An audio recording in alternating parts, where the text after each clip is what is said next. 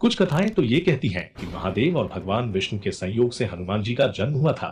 परंपरागत रूप से हनुमान को बल, बुद्धि, विद्या और निर्भयता का प्रतीक माना जाता है। इस बात से तो हम सभी परिचित हैं कि संकट काल में हमें हनुमान का नाम ही स्मरण होता है।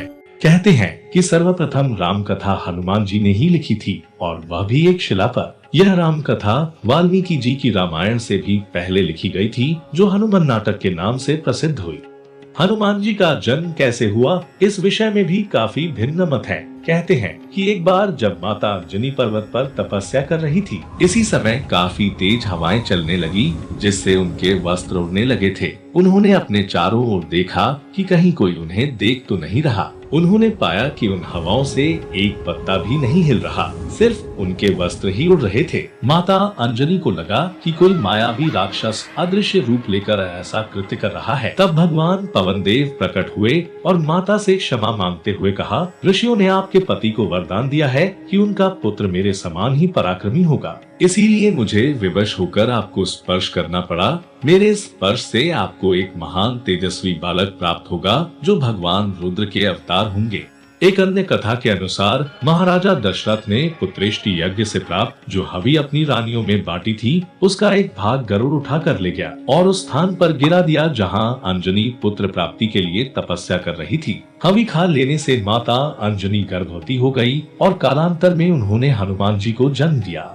ऐसा भी कहा जाता है कि एक बार जब वानर राज केसरी अपने राज्य में भ्रमण कर रहे थे, इस भ्रमण के दौरान उन्होंने पाया कि कुछ ऋषि समुद्र किनारे यज्ञ कर रहे हैं। अचानक एक विशाल हाथी वहां आ जाता है और उनकी पूजा में विघ्न डाल देता है, जिससे सभी ऋषि बेहद परेशान हो जाते हैं। तब वानर राज केसरी उस हाथी से युद्ध कर उसे मौत के घाट उतार देते हैं। ऋषिगण वानर राज से काफी प्रसन्न हुए और उन्हें इच्छा अनुसार रूप धारण करने वाला पवन के समान पराक्रमी तथा रुद्र के समान पुत्र का वरदान दिया। समुद्र मंथन के दौरान भगवान शिव के आग्रह पर श्री विष्णु ने मोहिनी का रूप धारण किया था, जिसकी सहायता से भगवान विष्णु ने देवता गण को अमृत पान करवाया था। परंतु भगवान विष्णु के मोहिनी रूप को देखकर भगवान शिव भी कामातुर हो गए थे, जिससे उनका वीर्य बाह्य हो गया था। इस वीर को लेकर पवन देव ने महादेव के आदेश पर वानर राज की पत्नी माता अंजना के गर्भ में स्थापित कर दिया था, जिसके फलस्वरूप भगवान शिव ने स्वयं हनुमान रूप में देवी अंजना के गर्भ से जन्म लिया था।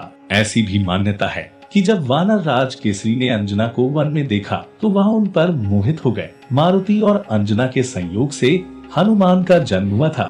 तुलसी और वाल्मीकि द्वारा वर्णित हनुमान चरित की तुलना में कई अन्य राम कथाओं में वर्णित कथाएं इतनी भिन्न है कि सभी कथाएं मिथ्या और काल्पनिक प्रतीत होती है।